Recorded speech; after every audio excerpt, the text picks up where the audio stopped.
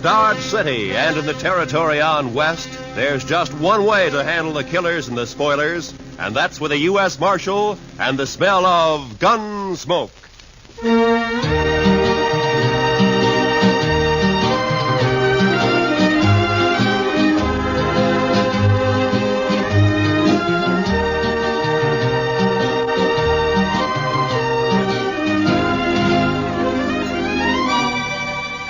Gunsmoke, starring William Conrad. The story of the violence that moved west with young America. The story of a man who moved with it. Matt Dillon, United States Marshal.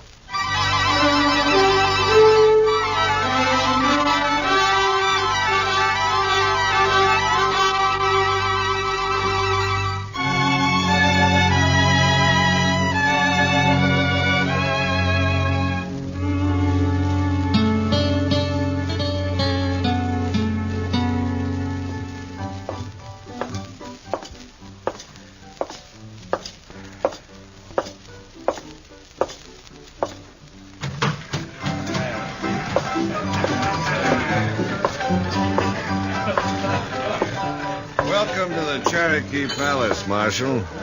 I see you received my complaint. I got it, Mingo. Where's Stanley? Where do you think? Upstairs. Brandy? Naturally. She always does mother him when he's in trouble. Be careful, Marshal. He might be dangerous.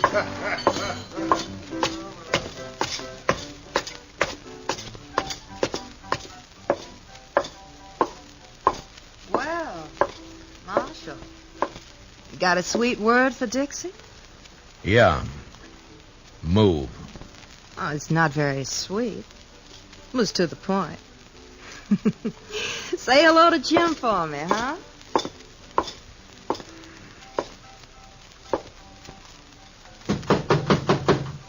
Go away. It's me, Brandy. Matt. Come in, Matt. Join me in a drink? Where is he, Brandy? In the next room. Cried himself to sleep. Save it, Brandy. I gotta take him. Oh, why, Matt? Jim Stanley never did a mean thing in his life. He's no bad man. He stole money from Mingo's roulette table, and he threw a bottle at him when he was caught. Mingo's pressing charges. Stanley can clear himself in court. Huh? Against Mingo's witnesses? Do you bring Stanley out, or do I go get him? Go get him. But I wouldn't be proud, Matt. Stick to running dance hall girls, Brandy. Let me run the law, huh?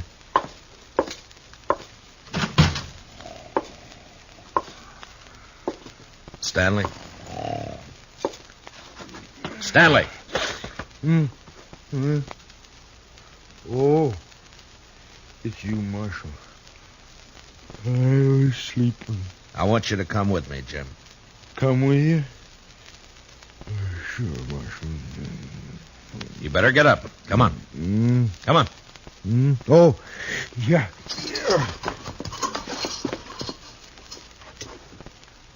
Oh, where are we going, Marshal? Would you like to visit my ranch? I got a new colt.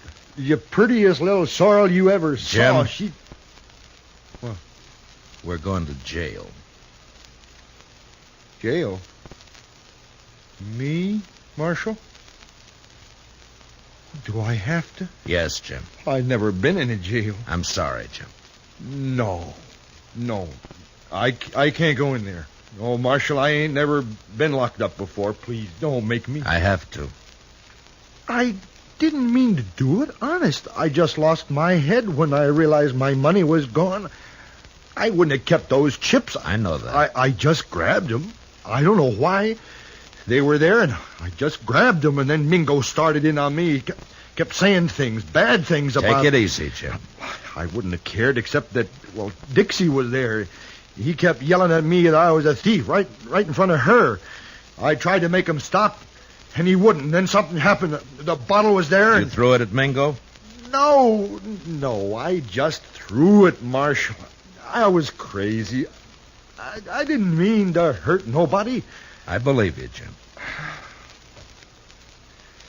Marshal, will you ask Dixie to come and see me later? Yeah, sure, I'll ask her. Thanks. I just want to tell her not to blame Mingo for all this. She might say something or give up her job. Don't worry, Jim. I don't think Dixie's going to give up anything.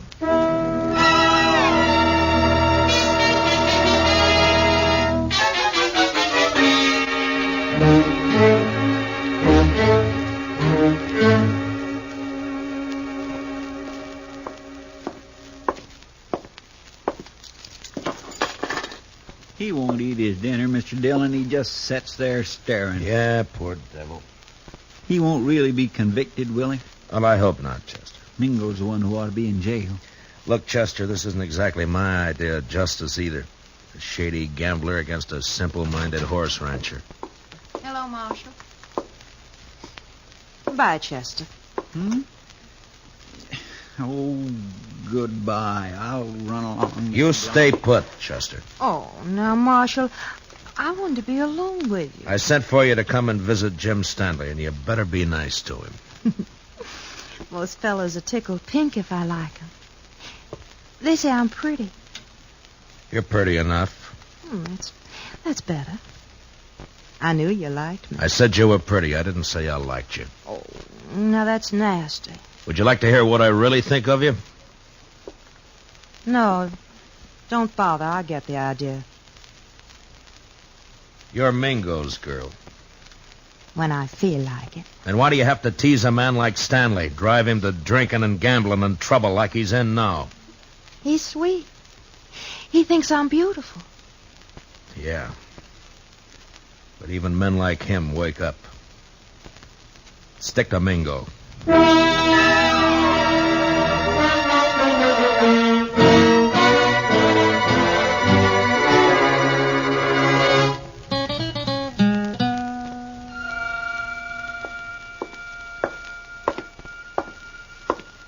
Hello, Marshal. Thought I'd drop in and see if your prisoner was all set for trial tomorrow. Mingo, I want you to withdraw those charges. And let that potential murderer go free? No. You got back the chips Stanley took from your table, and his assaulting a man like you is ridiculous. He doesn't even wear a gun. A bottle constitutes a deadly weapon. Look it up, Marshal. Why are you doing this, Mingo? Why pick on a man like Stanley? Let's say I don't like him always slobbering over Dixie. She's private property. For that greedy little vixen, you'd send Stanley to prison knowing that it'll probably crack his mind completely? That's his problem. You don't understand, Mingo. I don't like to see people pushed around. Well, don't cross me, Marshal. I already have. People get dead that way. Yeah, so I've heard. Now, just who are these witnesses of yours against Stanley? Ned Cole, Saginaw Henry, Both on your payroll? Dixie, some of the other girls. All working for you, huh? Jim Stanley's as good as convicted, Marshal. There's not a thing you can do about it.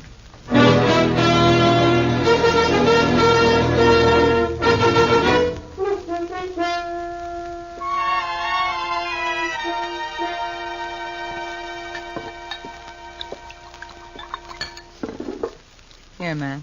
Drink this. Thanks, Brandy. You know, all you need to do is stop fighting yourself, Matt. You're mixed up. Yeah, that's sure true, Brandy. You know, it's funny when it's something you can fight with your fists and your guns, it's easy, but how do you fight a deal like this? You gotta clear Jim somehow. Yeah, with those witnesses against him, Jim can't win in court. Technically, he's a criminal. Oh, criminal, my foot. He admits the crimes. The judge will have to sentence him to at least a minimum jail term. We know there are witnesses who can prove he's innocent. Now, a smart man would find a way to make him talk. I've been thinking about it. Well, I'll tell Jim you were asking after him. I think he'd like that. He's Dixie's. I had me a man once, Matt. I traded him for a bottle of brandy. I paid a stiff price for my name. You're not through yet, Brandy. Oh, sure.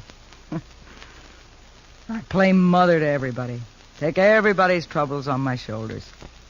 Help salve my conscience. Don't ever hurt a person, Matt. You never get through paying for it. Well, I better be going. Where? To try to get some of those witnesses to talk.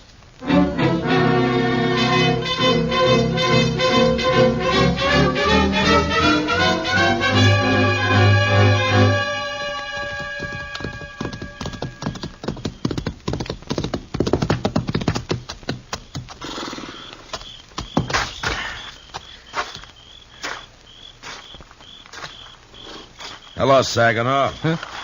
Oh, it's you. I've been looking for you. Then you've been looking for trouble. Well, you're beginning to sound like your boss, Mingo. It's late. What do you want? I want to read you something from this book. What book? This law book. Oh, so? First law I see says that anyone giving a drink to an Indian is liable to fine up to $500. I saw you buy an Indian Pete a drink only last week. Pete's a stable boy. He ain't no savage. Law doesn't say savage, says Indian. Pete's an Indian, so technically you broke the law. You can't make Next any... one says any man that disrobes in a public place is guilty of committing a public nuisance. Carries a fine of $100. Look, what the devil is all this? I saw you breaking a horse down in Harrison's Corral a little while back. You took your shirt off, and that's disrobing in a public place. Technically. You can't get away with this, Dillon. How much you make a month, Saginaw? 50, 75. Uh-huh. Well, the way it looks, I can get you fined on enough of these laws to keep you broke for about 5 years. 5 years? Then we can start all over again. You're bluffing. I never even heard of these laws. Well, look for yourself here. If you witnesses are going to send Jim Stanley to jail on a technicality, then a lot of you are going to jail the same way. Well, laws may be there, but they ain't fair. All right, Saginaw, if that's how you want it. Come on, let's go to jail. No, wait. Well, then start talking. Well, Dixie shilled Stanley into losing his money, and me and Ned Cole egged him into grabbing a couple of chips when the wheelman wasn't looking. On Mingo's orders? Sure. Stanley looked down at the chips we swiped, and he reached out to hand them back when Mingo jumped him. What was Dixie doing? Trying to keep from laughing. Yeah, I'll bet. And then what? Mingo rode Stanley hard to make him break down in front of Dixie. And finally, the poor lunkhead seemed to go crazy. He yelled and tossed a bottle at the bar. Not at Mingo? No, missed him by 10 feet. Stanley was just working off his mad by busting the bottle. Paid for it. I guess he had the right. Yeah, I guess he had. First, I think Mingo was just deviling Stanley, and then he got the idea to press charges and send him to jail. We got orders out to testify. Uh-huh. Well, thanks, Saginaw. Marshal, I'd like you to know something. Yeah? I'm glad I told you about Stanley, because framing him into prison isn't my idea of something to be proud of. It shouldn't be.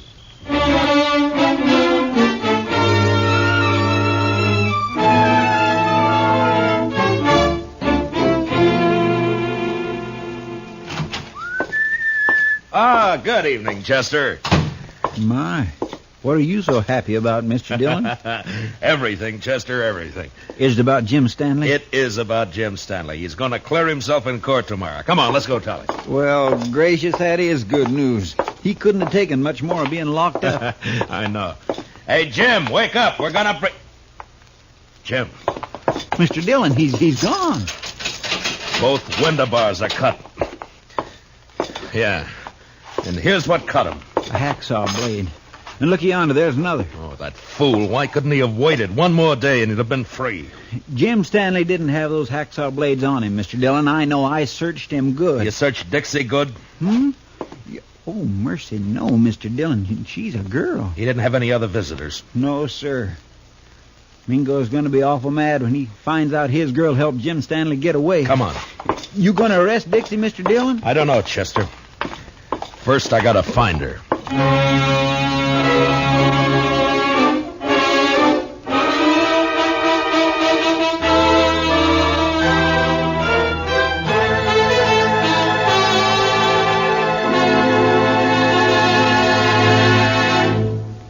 We will return for the second act of Gunsmoke in just a moment. But first, every Sunday on CBS Radio, hear both sides debate the issues on Pick the Winner. It's a program that brings in the top people from Democratic and Republican camps, standing their ground and delivering their views on the biggest questions of the campaign. Don't miss Pick the Winner, Sundays between now and November, to be fully informed when it comes time to vote. And remember, straight through election time, make CBS Radio your election headquarters.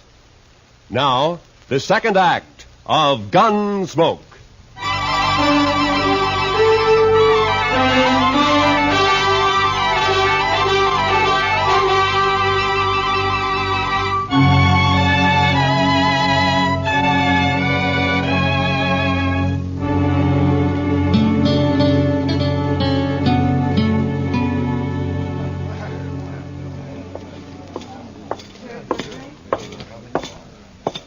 Kind of late, aren't you, Marshal? Where's Dixie, Mingo? Dixie, she's gone. I don't know where she is. You're lying.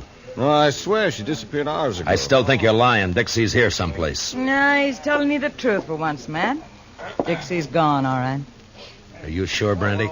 Saw her right out of town. Was Stanley? Yeah, Matt. The two of them. Dixie and Stanley? Dixie passed him some saw blades. He cut his way out. That rotten double-crossing hellcat. She's your girl, Mingo. I'll be the laughingstock of Dart City. Good. I hope they laugh you clear out of Kansas. If it's the last thing I'll do, I'll find her. Both of them. Finding them is my job, Mingo. Go ahead. But you better beat me to them, or you'll be arresting them dead.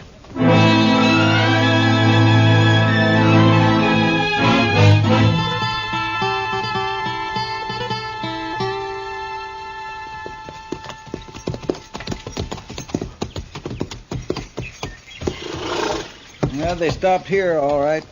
Probably changed horses and got some supplies. That wasn't why Stanley came home. Look, Chester. What? Water in the stock trough is right up to the top. And the barn's open. Feed pulled out where the stock can reach it. Even scared to death, Jim thought about his animals first. Mr. Dillon, you think Mingo's trailing Stanley and Dixie, too? Perhaps. It's one good reason why we better catch him quick. Come on.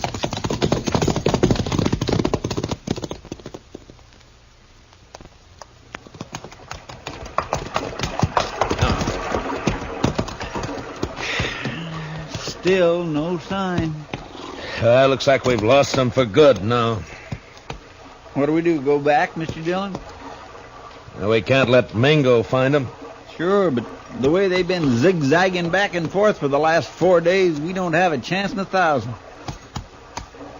I'm not so sure, Chester. Hmm? You know, there's a certain pattern about the way Stanley and Dixie have been moving. I don't think they're trying to leave this section at all. Yeah, we have been getting closer and closer to Dodge with every circle lately. And not only to Dodge. Mr. Dillon, you got an idea? Yeah, maybe. Come on, we'll ride back to Stanley's ranch.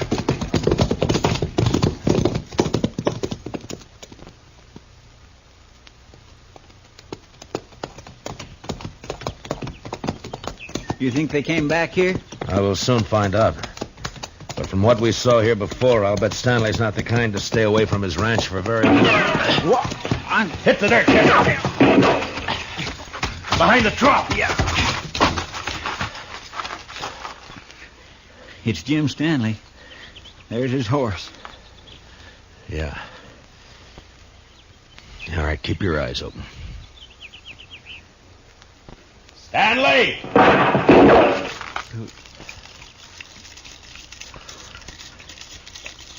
Jim, it's Matt Dillon. Let me talk to you. You go away, Marshal. I don't want to hurt you, but I ain't going back to that jail. Now, you go away now. I'll kill you. Jim, listen to me. I've got a witness. You better leave quick now. Please, Marshal. Mr. Dillon, I'm getting wet. That's better than getting shot. Keep your head down. Yes, sir. Sure is wet. Stanley's in a good position. Closest cover for us is the barn. That's across 50 yards of clearing. That's a long run. He could pick us off before we made 10 feet. Yeah. Jim, I'm not leaving until I've talked to you. Leave me alone, Marshal. Can't you leave me alone? I'm coming to talk to you, Jim. No! No, stay back! I warn you! Mr. Dillon, don't do it. That's a crazy man. That's a frightened man, Chester. I'm coming unarmed, Jim. I don't think you're a murderer, but if you are, this is your chance. Well,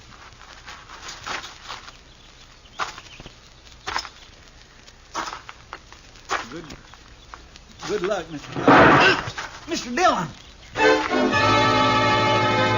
Stanley's shot slashed across my side like a branding iron. It was all I could do to ignore my fear and keep going. But somehow I reached the ranch house alive. And I opened the door.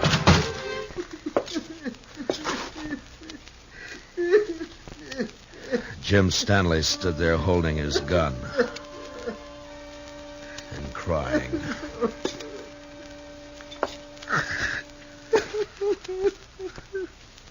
Jim?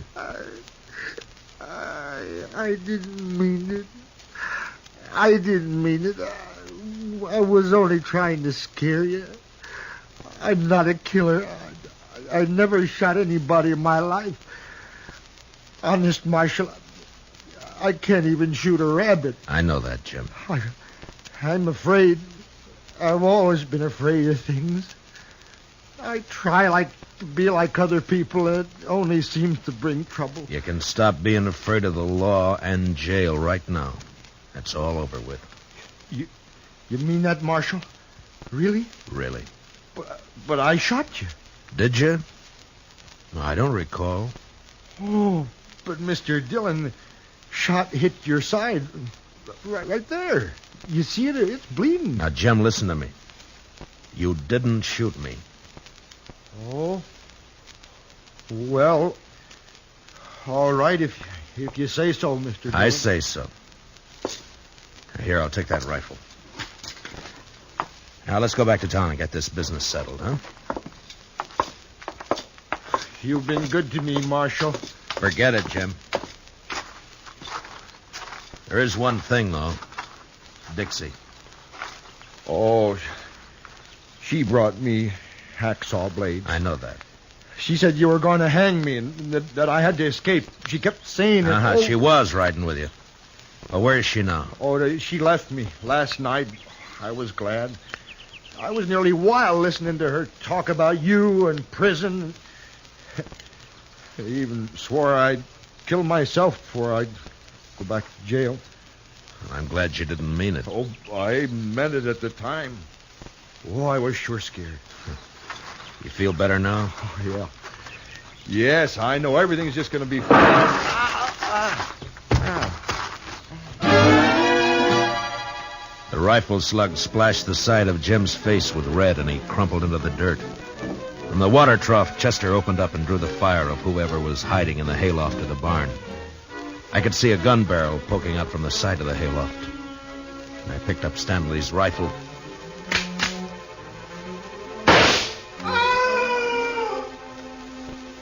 Mingo. Mr. Dillon, are you all right? Yeah, Chester. But Mingo's dead. Well, how about Jim Stanley, Mr. Dillon? Yeah, he was scared more than hurt. He should come to any minute. Well, my goodness. Oh, this looks like a sure enough war's been happening around here. Where have you been, Dixie? Oh, sure now, Marshal. A girl's got a right to look after her investments. My Mingo and Stanley both dead. Well, now that's a real shame. Hmm? Oh, but Jim Stanley's going to Chester. You said investments.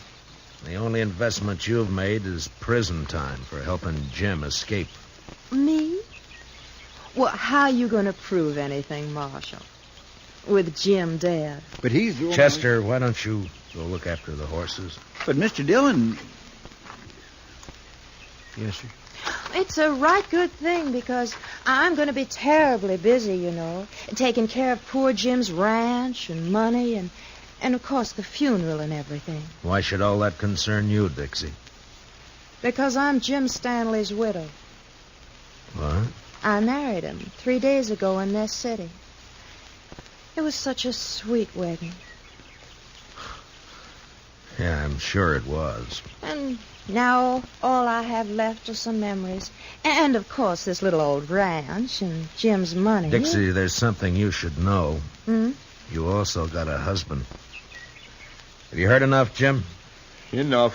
Jim! When I saw you fall... You're sure bad, Dixie. Oh, Jim, you mustn't pay no mind to what I said. I was upset. Didn't I come back just to be with you? No good, Dixie. Jim's onto you now. Jim, are you going to let him talk to me like that? He's my friend. And I don't like you now, Dixie. Oh, that's too bad. I'm still your wife. Marshal, can she make that stick? Well, by law, you have to support her, Jim. Of course, it don't say how. Marshal, you stop putting ideas And, of course, she has to take care of your house for you, Jim. Clean it, do the chores, cook for you. Cook? Me? Cook for him? He can make you, Dixie. It's his right. All right or not, I'd like to see him try. He can do it, Dixie. Yeah? Well, they can't if I'm not here. And I'm leaving right now.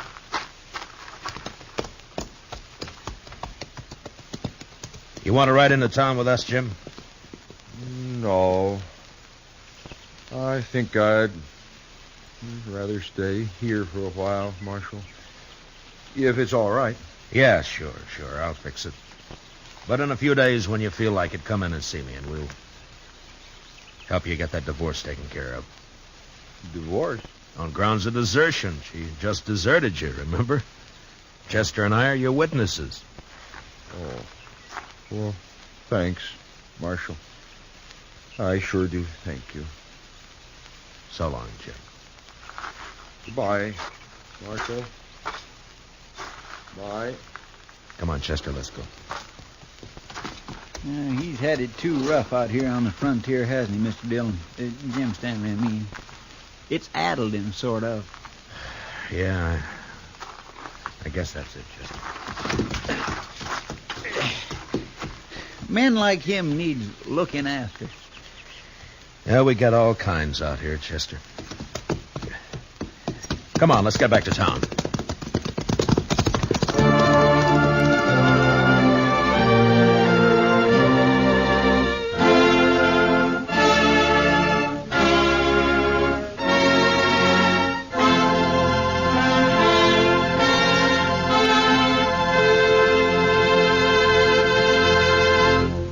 Gunsmoke, under the direction of Norman MacDonald, stars William Conrad as Matt Dillon, U.S. Marshal. Tonight's story was specially written for Gunsmoke by Herb Purdom, with music composed and conducted by Rex Corey.